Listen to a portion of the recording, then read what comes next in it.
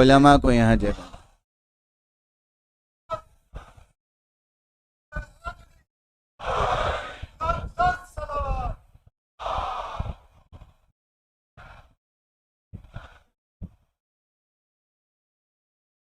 فاتحہ.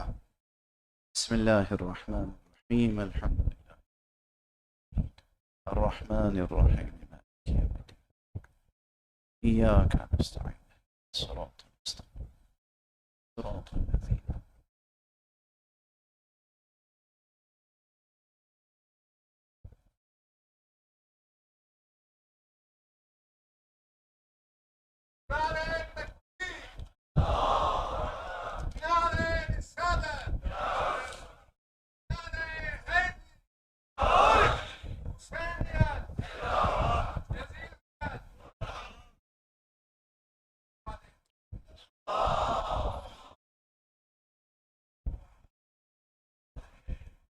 حضرات التماس ہے کہ ایک مرتبہ پھر حمد اور 3 مرتبہ سورہ اخلاص کی تلاوت فرمائیں. شہید اور محمد رضوی اور جملہ شہدائے ملت جعفریہ کی روحوں کو ایصال فرمائیں. بسم اللہ.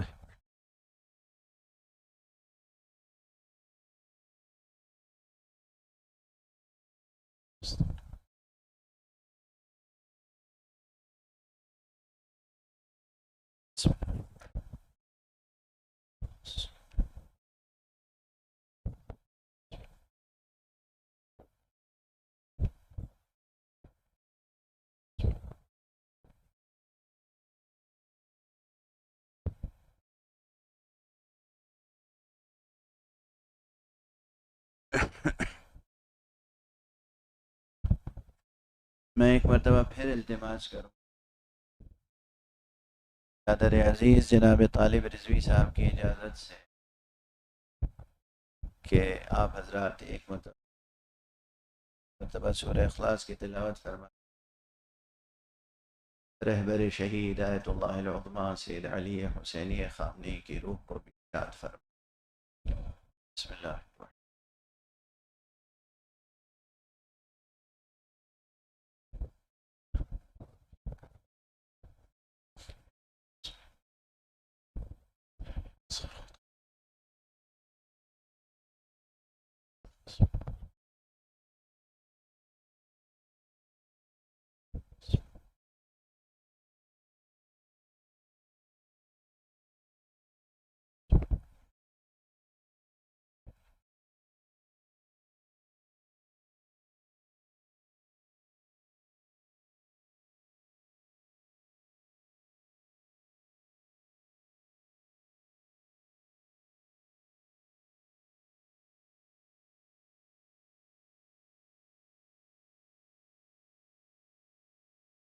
اعوذ باللہ من الشیطان الرجیم.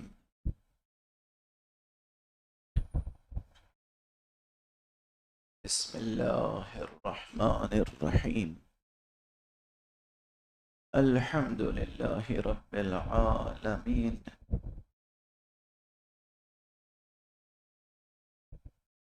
والصلاة والسلام على اشرف الخلائق اجمعین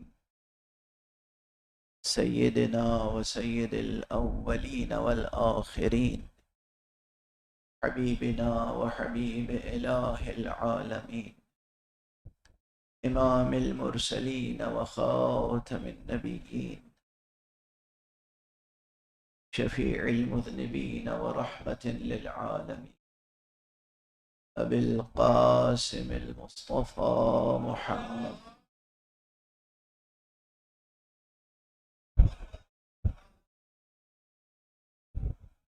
وعلى أهل بيته الطيبين الطاهرين الهداة المهديين المعصومين المظلومين واللعنة الدائمة على أعداء الحق والدين. أما بعد فقد قال الله تعالى عز اسمه في محكم كتابه ومتقن خطابه. بسم الله الرحمن الرحيم. من المؤمنين رجال صدقوا ما عاهدوا الله فمنهم من قضى نحبه ومنهم منتظر وما بدلوا تبديلا صدق الله العلي العظيم.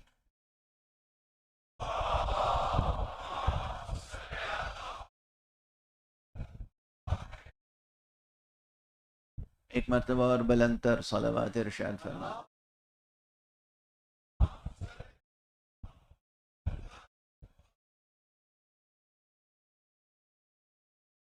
برادران ایمانی، عزیزان اسلامی اور مسلمانان حسینی،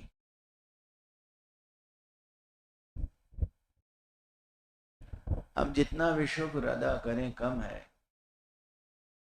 کہ ہماری تہذیب اور ثقافت میں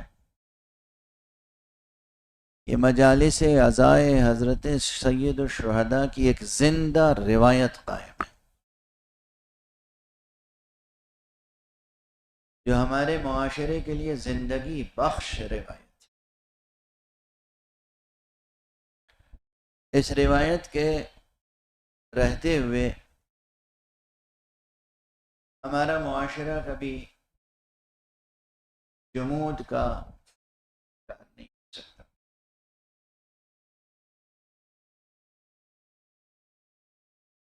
تحریک حسینی کی یہ روایت یہ بہت قیمتی ہے. یہ اور بات ہے کہ اس کو پورے شعور کے ساتھ، شعوری طور پر اس روایت سے استفادہ کرنا، فیض اٹھانا اور اس کے فیض کو تمام عالم انسانیت کے لیے عام کرنا، یہ ہمارے وظائف اور فرائض میں سے ہے. پروردگار ہمارے بزرگوں کو جزائے خیر عطا فرمائے، جنہوں نے یہ سلیقہ سکھایا، یہ طریقہ سکھایا، یہ سنت حسنہ قائم کی کہ ہم میں سے کوئی جدا ہو جائے، وفات پا جائے، شہید ہو جائے تو ہم فرش عزائے سید الشہداء بچھا. ہم سے جدا ہونے والے ہمارے جیسے غیر معصوم ہوتے ہیں، لیکن کس قدر عظمت کی بات ہے کہ ہم غیر معصوم کے غم کو منانے کے لیے بھی تذکرہ معصوم کا کرتے.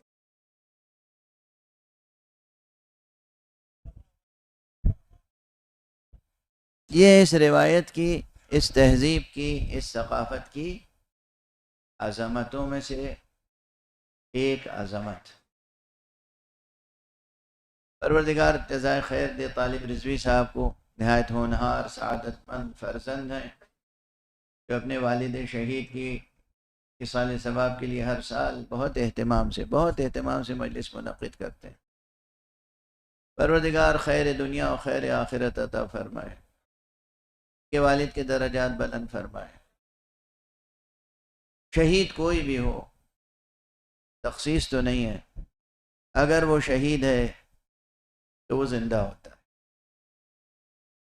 اور اس وقت تو پوری ملت اسلامیہ، امت اسلامیہ ایک عظیم شہید کے غم میں سوگوار ہے. ہمارے دل داغدار ہیں، ہم سراپا حزن ہیں. یہ درد، یہ غم، یہ حزن رہبر عظیم الشان ملت اسلامیہ کا معمولی نہیں.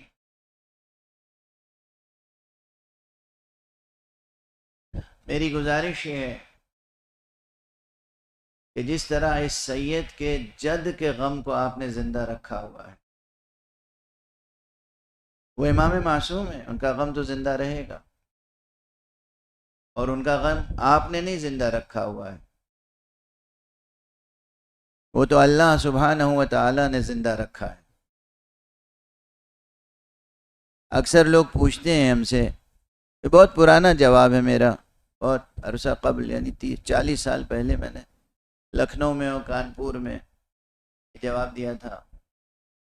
لوگوں نے پوچھا کہ عزاداری واجب ہے؟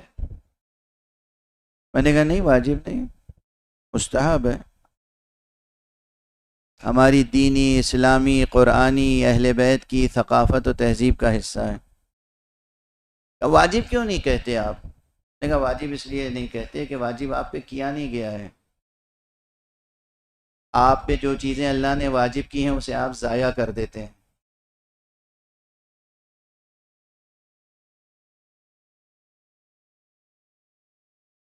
اللہ نے نماز واجب کی ہے، آپ کتنا نماز کا لحاظ کرتے ہیں. اللہ نے روزہ واجب کیا ہے، کتنا روزے کا اہتمام ہوتا ہے. اللہ نے زکوٰۃ واجب کی ہے، کتنی پابندی اور دیانتداری سے زکوٰۃ دیتے ہیں. اللہ نے حج واجب کیا ہے، کتنی توجہ سے حج کے لیے جاتے ہیں. ایسا ہوتا ہے کہ ادھر آپ مستطیع ہوئے اور فوراً حج پہ چلے گئے. کتنے بہانے تلاشتے ہیں اور تراشتے ہیں. میں نے بھی آج تلاشتے کہہ دیا، حالانکہ یہ لفظ فصیح نہیں ہے. کتنے بہانے تراشتے ہیں. بیٹی کی شادی ہو جائے تو حج پہ چلے جائیں گے، اور مکان بن جائے تو حج پہ چلے جائیں گے، اور یہ ہو جائے تو حج پہ چلے جائیں گے. حالانکہ علماء تشریف فرمائیں، آپ ان علماء سے پوچھئے مسئلہ کہ حج میں تاخیر کرنا، استطاعت کے بعد حج پر جانا واجب ہے، اور اگر تاخیر کی تو گناہ کبیرہ ہے. اور اگر کوئی شخص جو مستطیع تھا اس پر حج واجب تھا اور حج اس نے نہیں کیا اور دنیا سے اٹھ گیا، گزر گیا، تو روایات میں اس قدر شدید تعبیریں ہیں. کہا گیا ہے کہ وہ ملت اسلام پر نہیں اٹھے گا، وہ روز قیامت یا یہودی اٹھے گا یا مسیحی اٹھے گا. پوچھئے گا علماء سے. تو حج ہم پر اور آپ پہ واجب ہے، ہم اس کو کہاں تک ادا کرتے ہیں؟ واضح ہے. جو چیزیں اللہ نے آپ پر واجب کر دیں آپ اس کا حق ادا نہیں کرتے. اس لیے عزاداری حسین کو اللہ نے آپ پر واجب قرار نہیں دیا، اپنی ذات پر واجب قرار دے لیا ہے. آپ حسین مظلوم کا غم منائیں یا نہ منائیں، یہ غم زندہ رہے گا اور باقی رہے گا.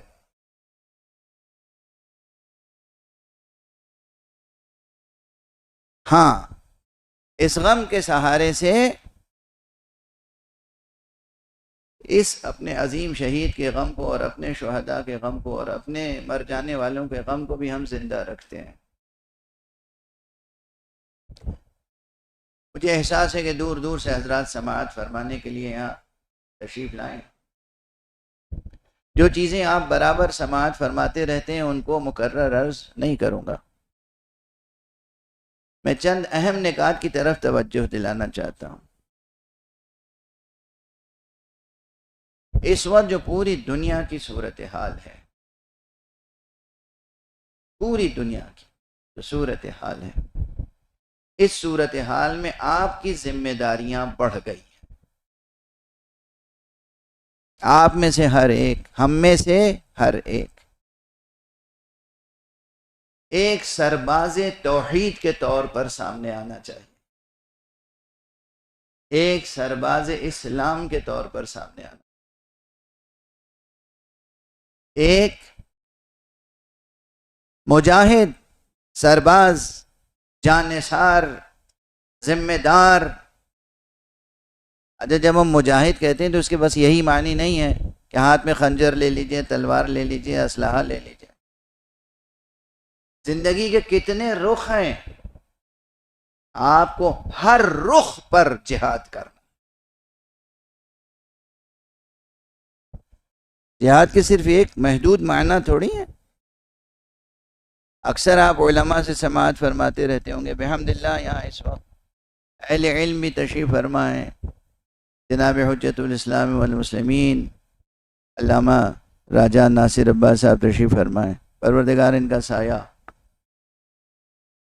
اس ملک کے عوام و خواص پر قائم رکھے اور تمام علماء تشریف فرمائیں، اگر فردن فردن سب کا نام لوں تو پوری مجلس ان کے خصوصیات اور ان کے فضائل و مناقب اور خدمات کے تذکرے میں صرف ہو جائے۔ جو ذرہ جس جگہ ہے وہیں آفتاب ہے۔ جو دانشور حضرات ہیں، ہمارے جناب قادر صاحب تشریف فرمائے، پروردگار ان کے توفیقات میں اضافہ فرمائے۔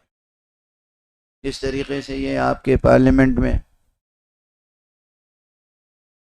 بیان کرتے ہیں اپنے مسائل کو، اور جس طریقے سے انہوں نے شرکت کی ہے ہمارے رہبر شہید کے غم میں، بلکہ آپ کی یہ مملکت، یہ اسلام آباد، دنیا میں اسلام آباد نے اس قضیے میں یہ ثابت کیا کہ وہ اسلام آباد ہے۔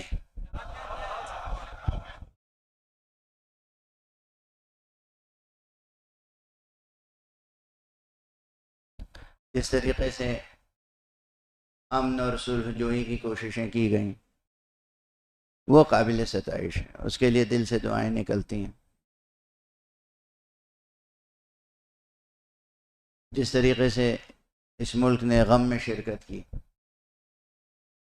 قابل ستائش ہے۔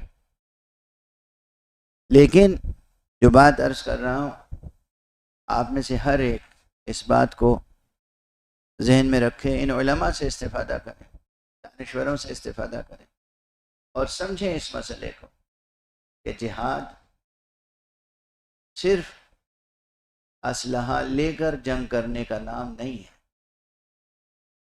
زندگی کے ہر شعبے میں مجاہدہ، جہاد، اجتہاد، جد و جہد، کوشش و سعی، اس کی ضرورت ہے۔ کبھی کبھی حالات ایسے سازگار ہوتے ہیں کہ اس میں کوشش برابر ہوتی ہے، اس وقت غفلت کا شکار نہیں ہو جانا چاہیے، اس وقت سستی نہ پیدا ہو جائے، اس وقت انسان میں سبک روی پیدا نہ ہو جائے، اس وقت انسان سے کوتاہی نہ ہو جائے۔ کبھی ہوتا ہے کہ حالات موافق نہیں ہیں، فضا سازگار نہیں ہے، اس وقت آپ کوششیں کیے جا رہے ہیں۔ کوشش تو ہمیشہ کرنا چاہیے، لیکن فراست ایمانی کے ساتھ، ذکاوت علمی کے ساتھ۔ جب موسم ہو کسی بیج کے بونے کا، اگر اسی وقت آپ وہ بیج بوئیں گے تو وہ شجر سایہ دار بنے گا، اور اگر آپ اس موسم میں وہ بیج نہیں بوئیں گے اور دوسرے موسم میں بوئیں گے تو پھر وہ بیج بھی ضائع ہو جائے۔ اس وقت آپ تمام حضرات خود تصدیق فرمائیں گے، ریئلائز کریں گے کہ پوری دنیا میں فضا ایسی ہے جو یہ سمجھنا چاہتی ہے کہ سچا اسلام کون سا اسلام ہے۔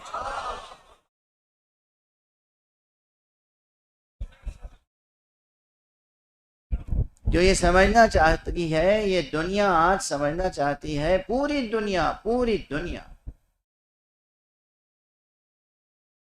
یہ ہمارے جو دو رہبر گزرے ہیں نا، ایک آیت اللہ العظمی امام خمینی رضوان اللہ تعالی علیہ، اور ایک ہمارا یہ رہبر شہید آیت اللہ العظمی سید علی حسینی خامنئی۔ جب انقلاب اسلامی ایران آیا تھا تو پوری دنیا متوجہ ہوئی کہ اسلام کیا ہے، اسلام کیا ہے، اسلام کیا ہے، اور یہ کون سا اسلام ہے، یہ کون سا اسلام ہے۔ اور یہ دوسرا موقع ہے کہ جب پوری دنیا ہمتن التفات، ہمتن توجہ بنی ہوئی ہے، وہ جاننا چاہتی ہے کہ یہ کون سا اسلام ہے، یہ کون سی رہبری ہے، اور یہ کون سی ملت ہے جس کی زبان پر بس شہادت کی طلب ہے۔ دنیا والے تو جینے کی بھیک مانگتے رہتے ہیں، یہ کون سی قوم ہے جو شہادت کی دعائیں مانگتی؟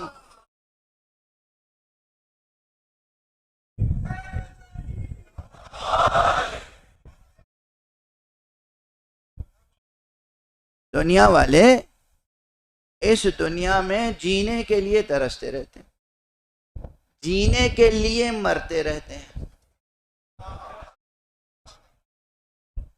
اور یہ کون سی قوم ہے جو اس زندگی سے بے پرواہ و بے نیاز؟ اعلان ہو جاتا ہے پہلے سے کہ ہم میزائل برسانے والے ہیں، بم برسانے والے ہیں، تو گھر چھوڑ کے میدان میں آ جاتے ہیں۔ یہ اور بات ہے کہ دشمن عیار ہے، مکار ہے، ذلیل ہے، خبیث ہے، نجس ہے، رجس ہے، دھوکہ دینا اس کی عادت ہے، وہ دھوکہ دے کے حملے کرتا ہے، خبر دے کے حملہ کر کے دیکھے۔ اور ہمارے دشمن تو یہ ہے۔ تو یہ وقت، خدا کی قسم، وہ وقت ہے کہ جب آپ میں سے کسی ایک کے لیے روا نہیں ہے کہ ذرا سی بھی کوتاہی یا غفلت ہو۔ پہلے خود سمجھیں کہ صحیح اسلام کیا ہے، اور پھر دنیا کو بتائیں کہ صحیح اسلام کیا ہے۔ اور میں ادھر کئی جگہوں پر عرض کر چکا ہوں، مجھے یقین ہے یہاں بھی تمام مسالک کے حضرات تشریف فرما ہوں گے۔ ابھی میں نے فیصل آباد میں، اور اس سے پہلے جھنگ میں، اور اس کے پہلے علامہ اقبال کے شہر سیالکوٹ میں بہت واضح انداز میں عرض کیا کہ دیکھیے، سب سے پہلی چیز یہ ہے، ہمارے رہبر شہید کی جو ایک آرزو تھی، تمنا تھی، وہ یہ تھی کہ امت اسلامیہ امت واحدہ بن جائے، امت واحدہ، ایک امت۔ اس لیے میں نے دست ادب جوڑ کے عرض کیا ہے اور عرض کرتا رہوں گا، شیعوں سے بھی اور سنیوں سے بھی فرقہ وارانہ انداز میں سوچنا چھوڑ دیں۔ اور حضرت علامہ ناصر عباس صاحب کی موجودگی میں میں نے گزشتہ برس کربلا معلیٰ میں یہ جملہ کہا تھا، اور اس وقت یہاں اس منبر سے کہہ رہا ہوں، شیعہ بھی کوئی فرقہ تھوڑی ہے، یہ غلط ریڈنگ ہے ہسٹری کی، یہ غلط ڈیفینیشن ہے، غلط پریزنٹیشن ہے، غلط ایکسپریشن ہے کہ آپ شیعہ کو ایک فرقے کے طور پہ پیش کریں۔ شیعہ فرقہ نہیں ہے، شیعہ ہونا وصف ہے۔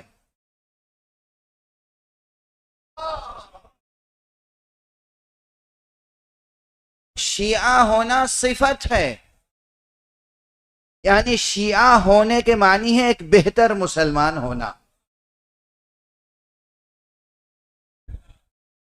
آج یہاں پہ جو رسماً غیر شیعہ سمجھے جاتے ہیں، کیونکہ میں تو شیعہ سنی کے فرق یوں نہیں کرتا ہوں کہ یہ ہاتھ کھول کے نماز پڑھتا ہے تو شیعہ ہے، اور یہ ہاتھ باندھ کے نماز پڑھتا ہے تو سنی ہے۔ بہت سے ہاتھ باندھ کے نماز پڑھنے والے ایسے کھرے شیعہ ہیں کہ ہم کیا بتائیں،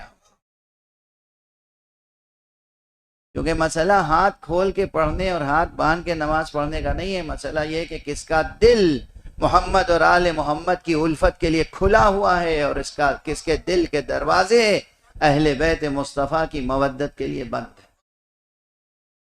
اور اسی لیے بہت پہلے عرض کیا تھا میں نے، اب تعبیریں بدل سکتا ہوں لیکن مطلب تو وہی رہے گا نا عزیز گرامی، کہ آپ سمجھتے ہیں 72 فرقے ہیں اسلام میں، کوئی کہتا ہے 72 سے بھی زیادہ۔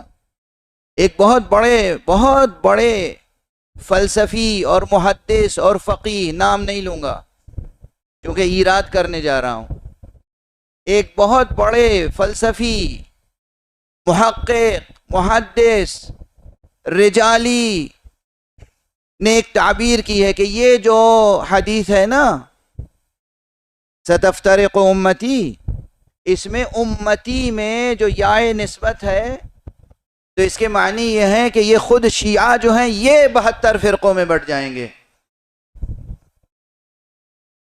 نام نہیں لے رہا ہوں میں، اچھا شیعہ 72 فرقوں میں بٹ جائیں یا سنی 73 فرقوں میں بٹ جائیں، میں ان میں سے کسی کا قائل نہیں ہوں۔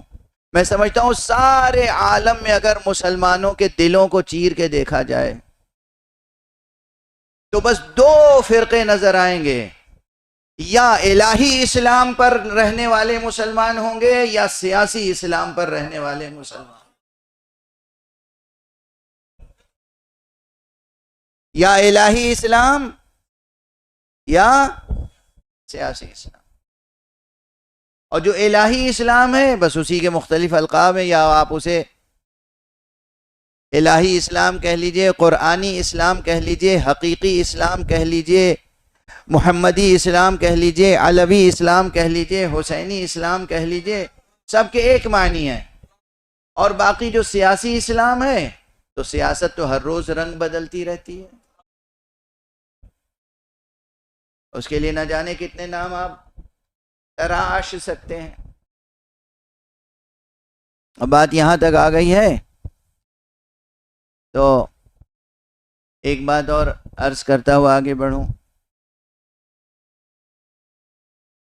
پہلے عرض کر چکا ہوں، مجھے اچھی طرح یاد ہے، عرض کر چکا ہوں، لیکن یاد دہانی کرا رہا ہوں۔ نئے سیاق و سباق میں، نئے عالمی منظرنامے میں یہ بات اور دلوں میں، دماغوں میں راسخ ہو جائے گی۔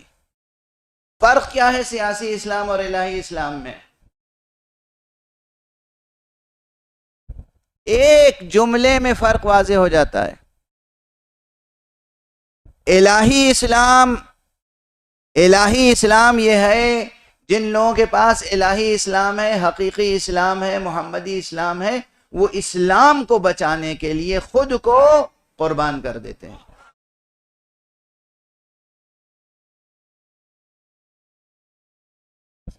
جیسے آپ کے سامنے تاریخ ہے۔ اور سیاسی اسلام کی پہچان کیا ہے؟ اپنے اقتدار کو بچانے کے لیے اسلام کو قربان کر دیتے ہیں۔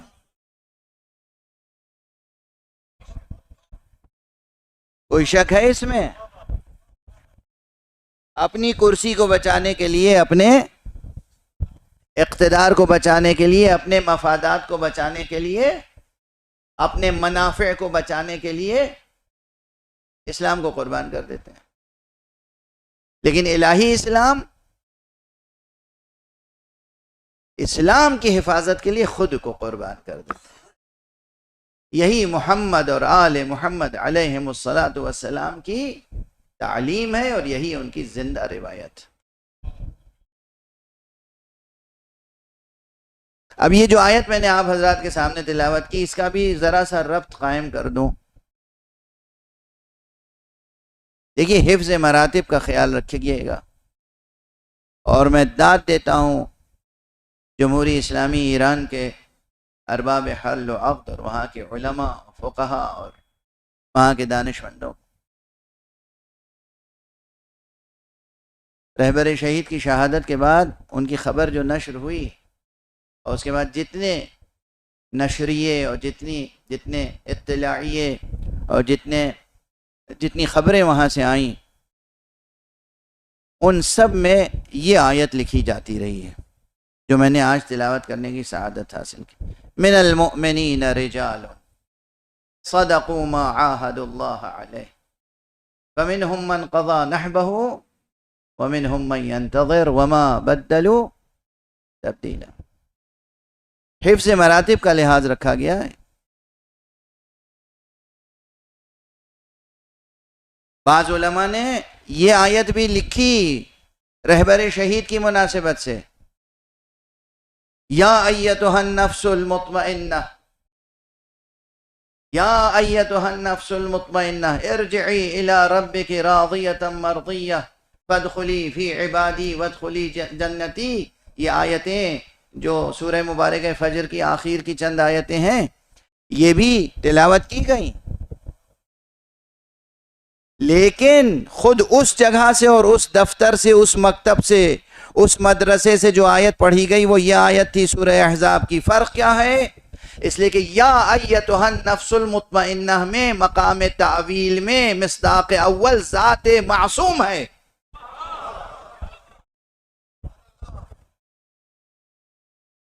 اس کے مصداق حسین ابن علی ہیں، اس کے مصداق امیر المؤمنین علی ابن ابی طالب ہیں، اس کے مصداق اول خود ذات گرامی محمد مصطفیٰ صلی اللہ علیہ وسلم.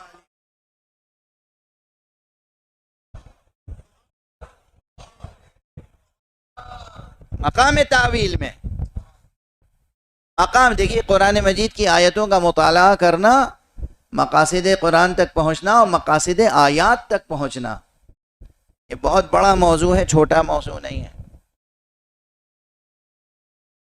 تو سورہ مبارکہ فجر کے لیے امام صادق علیہ السلام نے فرمایا ہے کہ یہ سورہ حسین ابن علی ہے. یاد رہے گی بات، سورہ فجر سورہ حسین ابن علی ہے. کس نے کہا؟ امام صادق نے. یعنی مقصد سورہ واضح ہو گیا.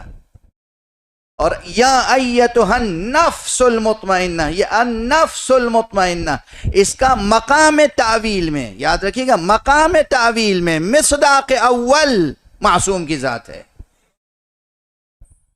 ہاں، مقام تعویل ہی میں مصداق دوم، مصداق سوم، مصداق چہارم، یعنی وہ جو سلسلہ طولیہ ہے وہ اپنی جگہ، لیکن مصداق اول معصوم ہے. لیکن یہ آیت جو میں نے آج آپ کے سامنے تلاوت کی، یہ آیت نازل ہی ہوئی ہے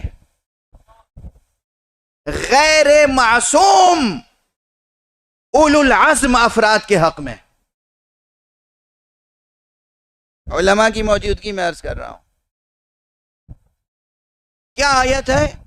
من المؤمنین رجال، مؤمنین میں سے کچھ ایسے مرد ہوتے ہیں.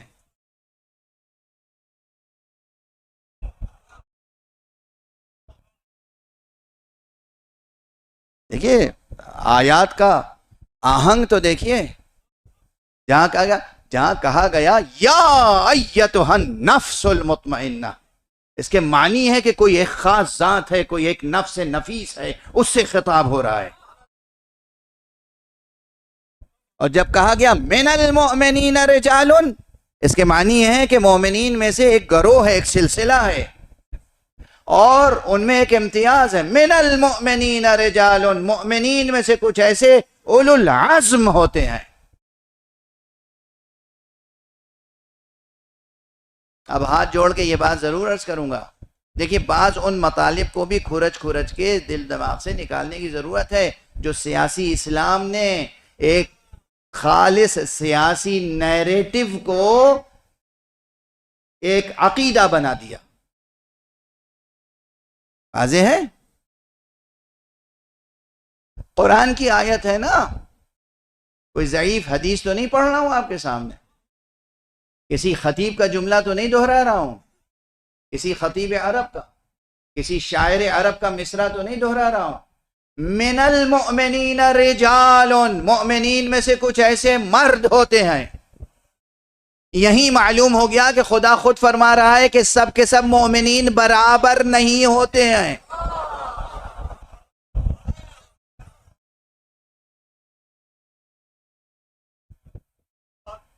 سادہ سا مفہوم ہے نا، جو کوئی ہفت خان طے کرنے کی ضرورت ہے، کوئی بہت ہفت خان طے کرنے کی ضرورت ہے. من المؤمنین رجال، مؤمنین میں سے کچھ ایسے اولو العزم ہوتے ہیں. ہاں ظاہر ہے بہت سے لوگ کمزور ارادے کے ہوتے ہیں، ضعیف ارادے کے ہوتے ہیں، کچھ لوگ مضبوط ارادے کے ہوتے ہیں. سب برابر ہوتے ہیں کیا؟ یہ کہنا کہ سب برابر سب برابر سب برابر، یہ پولیٹیکل نیریٹو ہے، یہ مذہبی عقیدہ نہیں ہے، یہ قرآنی حقیقت نہیں ہے، یہ آسمانی حقیقت نہیں ہے، یہ وجودی حقیقت نہیں ہے. اس لیے کہ یہ بات تو میں بار بار عرض کر چکا ہوں، مثال دے چکا ہوں. وہ اللہ قادر مطلق ہے، اس کے ہاں تجلی میں تکرار نہیں ہے، اس نے کوئی دو چیزیں ایک جیسی پیدا نہیں کی، کوئی دو چیزیں ایک جیسی پیدا نہیں کی. پہلے بھی کہہ چکا، کئی بار یہ جملے میں عرض کر چکا ہوں کہ آپ کسی مرغزار میں چلے جائیں کوئی دو پرے کاہ بالکل ایک جیسے نہیں ملیں گے، آپ کسی گلشن میں چلے جائیں کوئی دو پھول بالکل ایک جیسے نہیں ملیں گے، آپ گلاب کی پنکھڑیوں کو دیکھیں کوئی دو پنکھڑیاں ایک جیسی نہیں ملیں گی، آپ مخلوقات میں صحرا میں چلے جائیں کوئی دو ذرے ایک جیسے نہیں ملیں گے، آپ انسانوں میں دیکھیں انسانوں کی شکلیں ایک جیسی نہیں ملیں گی، آپ انسانوں کا آخر آزمائش کرتے ہیں تو یہ جو پورے ہیں انگلیوں کی یہ ایک جیسی نہیں ہیں، یہ آپ سب کا تجربہ ہے، یہ آپ سب کا تجربہ ہے، واضح ہے؟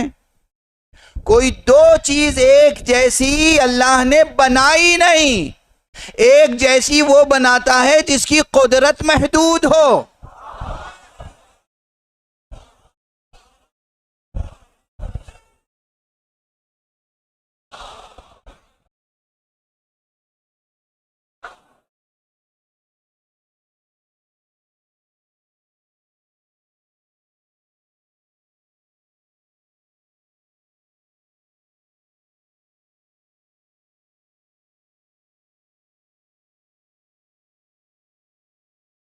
اس کی صلاحیت محدود ہو، قدرت محدود ہو، امکانات محدود ہو، علم محدود ہو، وہ ایک جیسی باتیں کرتا ہے، ایک جیسی چیزیں خلق کرتا ہے، وہ ذات باری نامتناہی ہے ہر جہت سے، وہ ذات باری لامتناہی صفات رکھی، اس کی قدرت لامتناہی، اس کا علم لامتناہی، اس کی خلقت لامتناہی، تو وہ دو چیزیں کوئی دو چیزیں ایک جیسی کبھی نہیں بناتا، تجلی میں تکرار نہیں ہوتی، اس نے ایک نور بنایا اس کے دو ٹکڑے کیے مگر ان دو ٹکڑوں میں بھی ایک جیسا نہیں بنایا، ایک کو نبی بنایا ایک کو وصی بنایا۔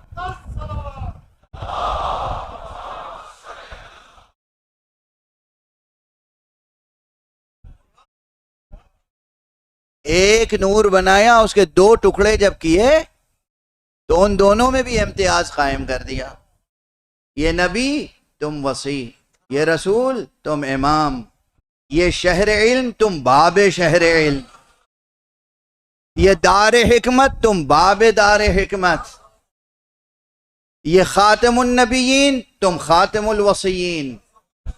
امتیاز رکھا نہیں رکھا؟ ایک آغوش فاطمہ میں دو معصوم دیے، ایک کو صلح کا امام بنایا ایک کو جہاد کا امام بنایا۔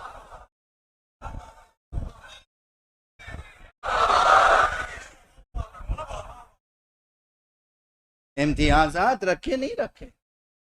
یوں کہنے کے لیے یقیناً درست ہے، یہ عقیدہ درست ہے، اس میں ایک حقیقت ہے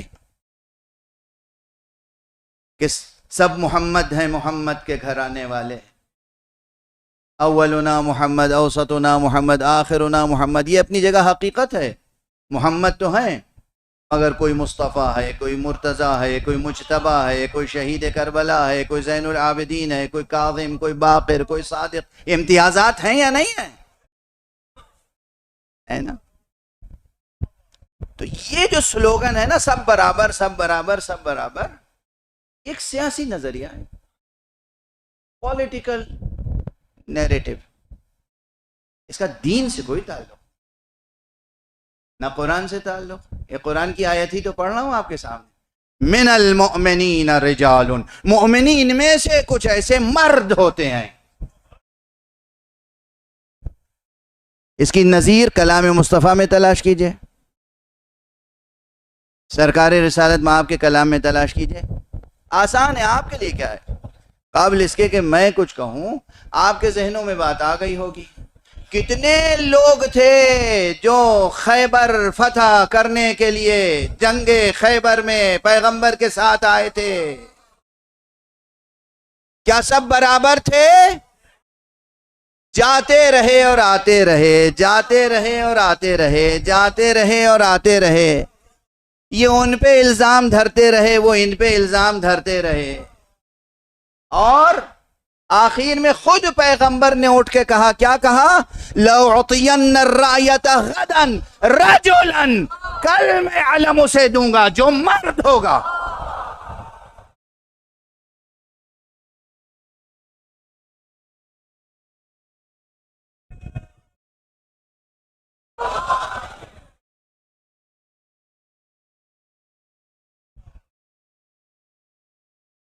اب یہ جو کہا جاتا ہے نا، یہ مرد ہے، یہ ہے مرد میدان، جیسے میں قادر صاحب کو کہہ دوں کہ یہ ہے مرد میدان سیاست، جیسے میں علامہ ناصر عباس صاحب کو کہہ دوں یہ ہے مرد میدان فقاہت،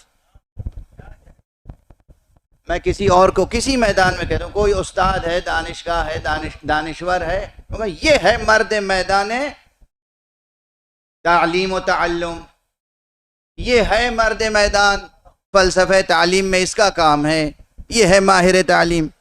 اس کے معنی یہ تھوڑی ہے کہ اور کوئی ہے نہیں، ہیں مگر اس کے برابر نہیں ہے۔ یہ کہنا کہ سب برابر ہیں، یہ نہ دینی نظریہ ہے، نہ قرآنی نظریہ ہے، نہ فطری نظریہ ہے، نہ عقلی نظریہ ہے۔ ممکن نہیں ہے نا، ایک ناممکن بات کہی جاتی ہے۔ تو پہلے اپنے تصورات کو بھی واضح کرنے کی ضرورت ہے، اور پوری کلیئرٹی کے ساتھ جب آپ اسلام سمجھیں گے تب اسلام سمجھا سکیں گے۔ اگر آپ ہی کے یہاں ابہام ہے، اشکال ہے، مغالطے ہیں، تو پھر مشکل ہو جائے گی بات۔ تو میں آیت کو آگے بڑھا دوں قبل اس کے کہ میری طاقت جواب دے جائے۔ آیت کیا کریے؟ من المؤمنین رجال، مومنین میں سے کچھ ایسے مرد ہوتے ہیں۔ اب جب یہ کہا جاتا ہے مرد تو اس کے معنی ہی یہ ہے، یعنی مومنین میں سے کچھ ایسے اولو العزم ہوتے ہیں۔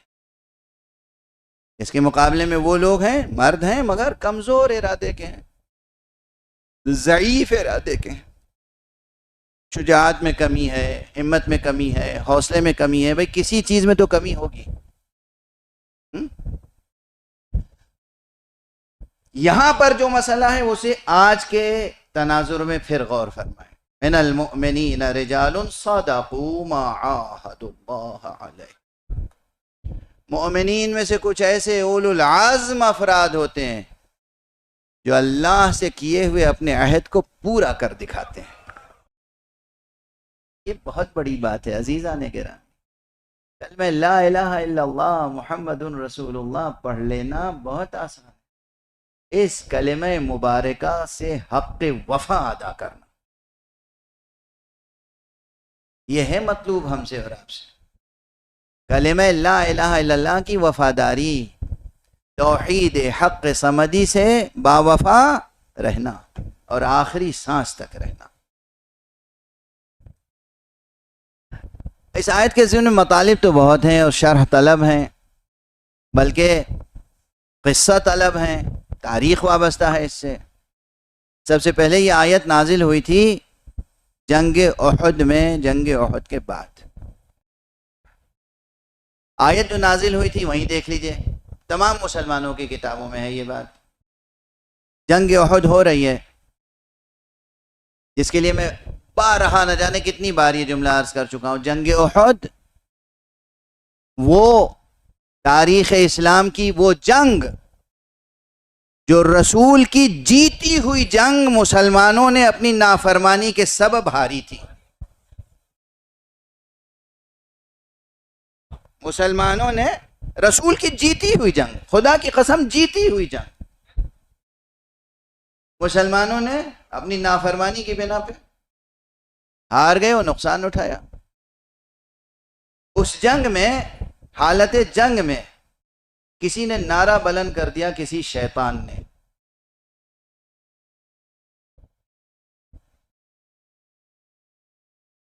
کہ قد قتل محمد، محمد قتل ہو گئے۔ مسند احمد ابن حنبل کی روایتیں جا کے دیکھیے گا کہ کس نے یہ نعرہ بلند کیا تھا اور کس نے گواہی دی کہ کس نے بلند کیا تھا۔ اب میں نہیں روایتیں پڑھتا، یہ ہوم ورک آپ کر لیجئے گا، ایک صلوات پڑھ لیجئے محمد والا۔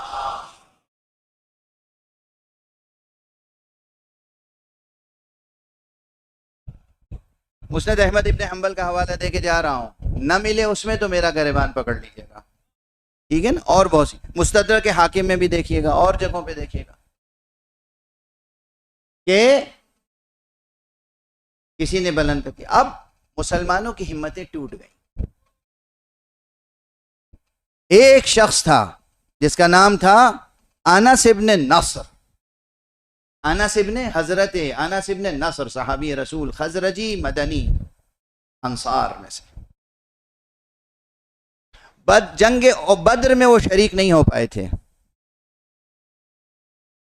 تو ان کے دل میں تڑپ تھی، ہائے میں جنگ بدر میں شریک نہیں ہو سکا. اور کہا کرتے تھے کہ کاش اب اگر کوئی جنگ ہوئی تو میں شریک ہوں گا اور اللہ دیکھے گا کہ میں اس کی راہ میں کیا قربانی پیش کرتا ہوں. جذبہ جذبہ جذبہ، ایمان، ارادہ، جذبہ. اب دیکھیے میں نہ تو اہل بیت میں سے کسی کی مثال دے رہا ہوں نہ بنی ہاشم میں سے. انس ابن نصر خزرجی، مدنی، انصاری، یاد رہے گا؟ لا، ہر ایک کا جذبہ قبول کرتا ہے. جناب انس کی یہ کیفیت تھی کہ اب اگر کوئی جنگ ہوئی تو میں شرکت کروں گا. جنگ احد آ گئی اور جنگ احد میں جو المیہ پیش آیا وہ آیا. حضرت انس نے میدان دیکھا کہ بہت سے لوگ فرار کر رہے ہیں، کوئی پہاڑوں پہ جا رہا ہے، کوئی مدینے واپس جا رہا ہے.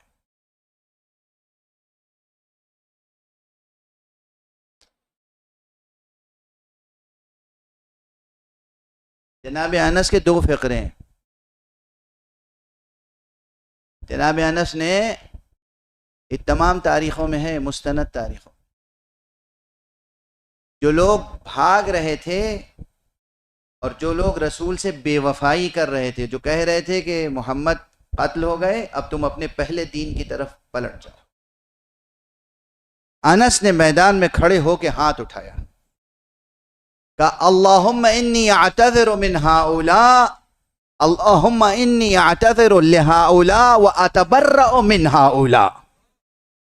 پروردگار میں ان کے لیے تیری بارگاہ میں معذرت چاہتا ہوں اور ان سے تیری بارگاہ میں تبرہ کرتا ہوں.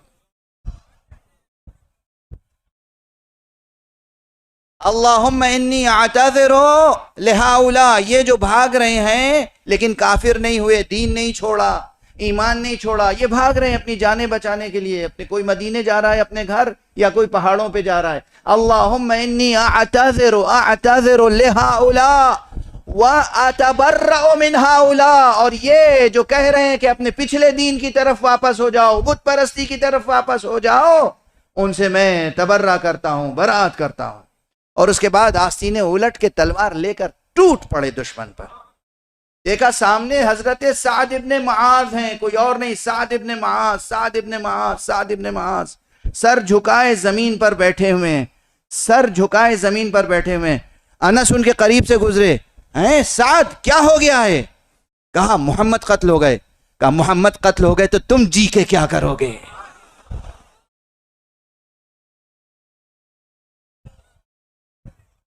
جس امر پر محمد قتل ہو گئے اسی پر تم بھی جان دو. یہ کہہ کر آگے بڑھے. جنگ کی بے پناہ جنگ، زخموں سے چور ہوئے زمین پر گرے، شہید ہو گئے.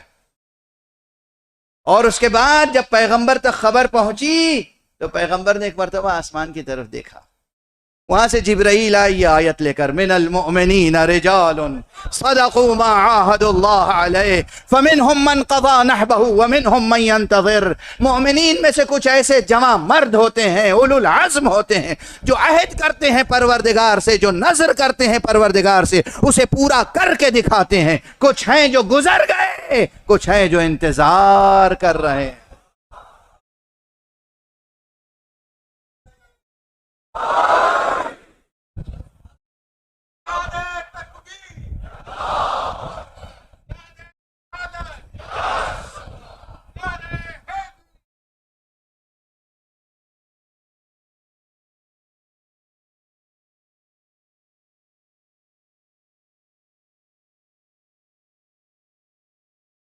اچھا یہاں پر ٹھہر کر ایک بات اور عرض کروں، ہم سب انتظار کر رہے ہیں انشاءاللہ، رہبر گیا ہم سب انتظار کر رہے ہیں، شرط یہ ہے کہ وما بدلو تبدیلا، کوئی تبدیلی نہ آئے پیغام میں، کوئی تغیر نہ آئے ہدف میں، منزل بدلنے نہ پائے، مقصد بدلنے نہ پائے. واضح ہے؟ چند فقرے اور عرض کر دینے دیجیے، حالانکہ وقت تو گزر چکا. اس آیت کے روشنی ہی میں ایک مطلب، بس ایک مطلب لغوی بھی ہے، تفسیری بھی ہے، علمی بھی ہے. عموماً کیا ترجمہ ہوتا ہے؟ من المؤمنین رجال، مومنین میں سے کچھ ایسے مرد ہیں، صدقوا ما عاہد اللہ علیہ، اللہ سے جنہوں نے عہد کیا، معاہدہ کیا، عاہدو، معاہدہ کیا اللہ سے، انہوں نے سچ کر دکھایا. فمنہم من قضی نحبہ، ان میں سے کچھ وہ ہیں جو گزر گئے. گزر گئے نہیں ہے ترجمہ صحیح. نحب کے معنی ہے نظر کے، نحب کے اصل معنی ہے نظر کے، لغوی معنی، اصل معنی، اولین معنی. نحب یعنی نظر. فمنہم من قضی نحبہ، تو ان میں سے کچھ وہ ہیں جنہوں نے اپنی نظر پوری کی، لیکن چونکہ نظر ہی کی تھی جان، تو اس کے بعد سے یہ کنایا ہو گیا مرنے کے لیے. یعنی قضا نحبہ کنایا ہے دراصل موت کے لیے، نہ کہ لغوی معنی ہے اس کے، حقیقی معنی نہیں ہے. بعد میں یہ معنی پیدا ہو گئے تو اب سب ترجمہ کرتے ہیں کہ جناب والا جان دے دی. اصل یہ ہے کہ نظر پوری کی. نظر میں کیا رکھا تھا؟ نظر جان، نظر ہی میں جان کی نظر کی تھی، یعنی بازی ہی لگائی تھی جان کی. جو جان کی بازی لگاتے ہیں اور اللہ سے اپنے کیے ہوئے معاہدے کو پورا کرتے ہیں، ان کی شان یہی ہوتی ہے. معلوم ہوتا ہے کہ میزائل سر پہ گرنے والا ہے، قرآن کھلا ہوتا ہے، تلاوت جاری رہتی ہے، اور جان جہاں آفری کے سپرد کر دیتے ہیں.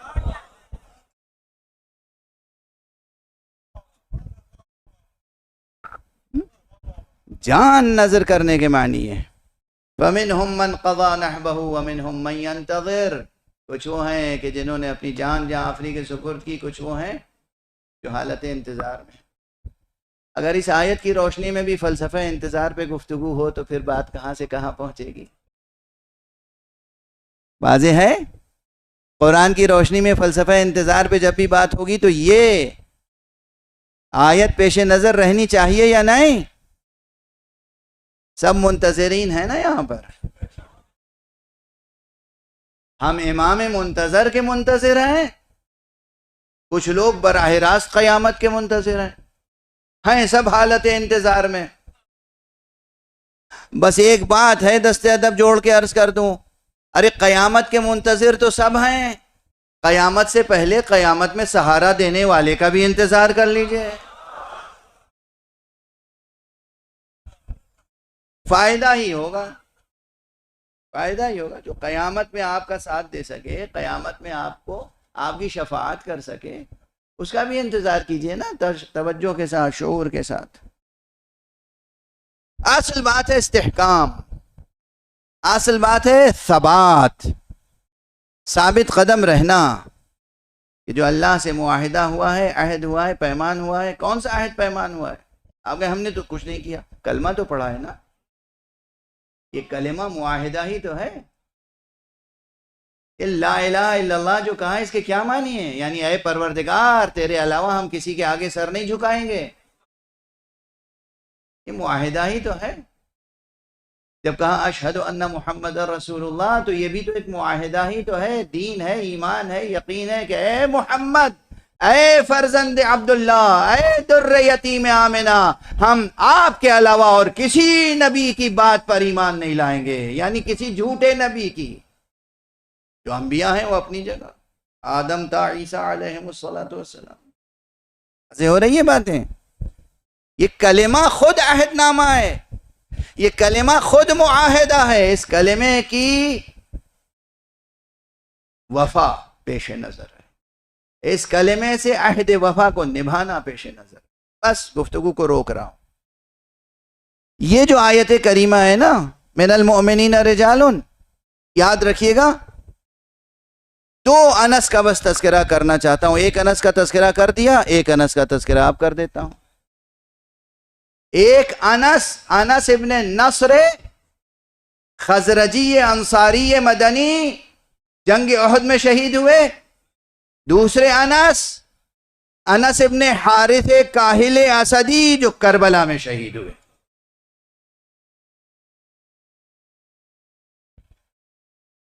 انس سے انس تک ایک تاریخ ان رجال کی، ان اولو العزم افراد کی، جنہوں نے جو عہد کیا وہ پورا کر کے دکھایا۔ بس 2-3 فقرے عرض کروں گا۔ یہ انس ابن حارث کاہلی اسدی، جا کے رجال کی کتابوں میں تلاش کیجئے گا، استیعاب، اصابہ، جتنی رجال کی کتابیں ہیں، امام بخاری کی تاریخ کبیر، امام بخاری کی تاریخ کبیر، سب میں جا کے دیکھیے گا ان کے حالات کو، اور ان کے حالات میں یہ ملے گا کہ یہ رسول اللہ کے صحابی تھے۔ رسول اللہ کی زبان مبارک سے انس ابن حارث اسدی نے خود یہ جملہ سنا تھا کہ دیکھو یہ حسین ہے، اسے پہچان لو۔ سرزمین کربلا پر میرا بیٹا حسین مظلومانہ شہید کیا جائے گا۔ فرمایا تم میں سے جو ہو اس وقت موجود، وہ میرے بیٹے کی نصرت کرے۔ یہ حدیث ثابت ہے، یہ حدیث ثابت ہے، تمام کتابوں میں جا کے دیکھیں۔ توجہ فرمائیے، آج جو لوگ یزید کی وکالت کرتے ہیں، آج جو لوگ نعوذ باللہ خاکم بدہن آقا حسین کے قیام کا تخطئہ کرتے ہیں، امام حسین نے غلط قدم اٹھایا تھا، امام حسین کو ریاست کے خلاف قیام نہیں کرنا چاہیے تھا، امام حسین نعوذ باللہ صد نعوذ باللہ باغی تھے،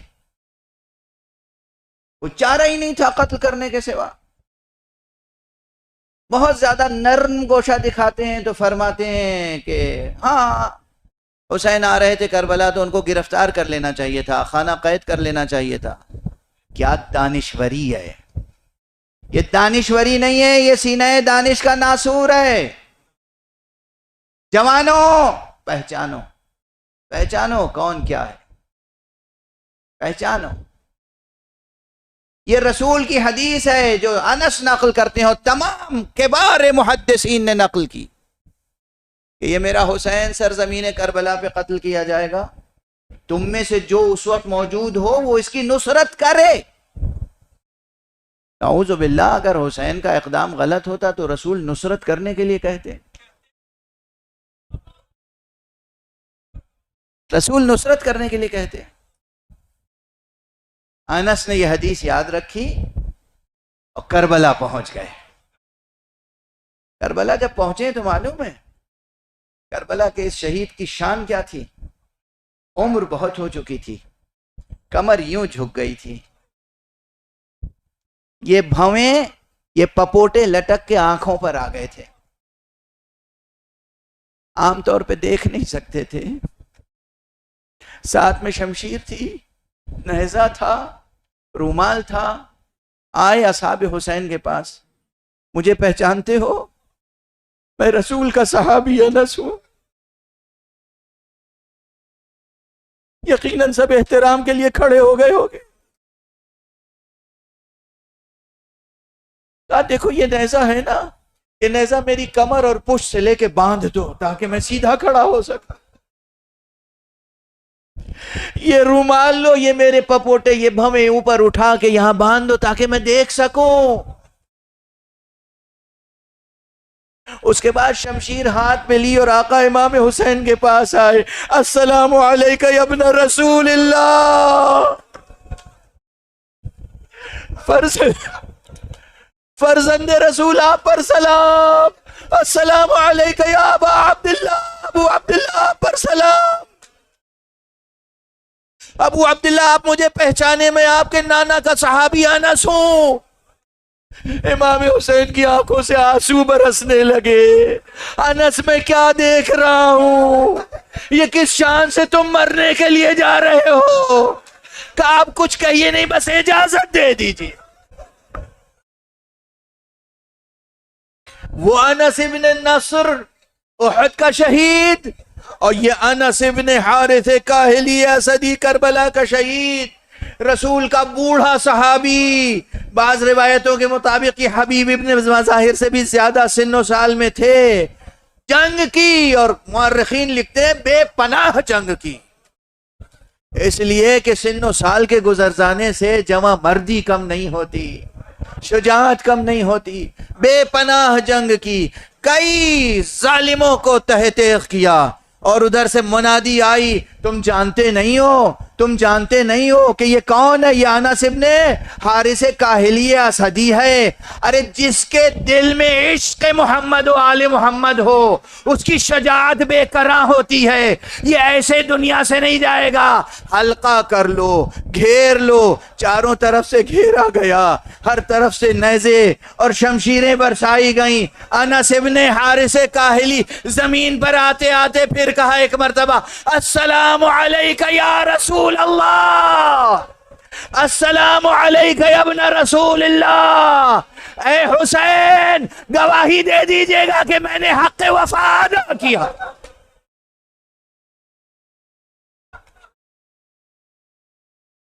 انا للہ و انا الیہ راجعون، انا للہ و انا الیہ راجعون، انا للہ و انا الیہ راجعون، رضا بقضائہ و تسلیما لامرہ۔ پروردگار ہمیں علوم قرآن اور معارف اہل بیت سے آشنا فرما۔ معبود پروردگار ہمارے سینوں میں ہمیشہ چراغ توحید روشن رہے۔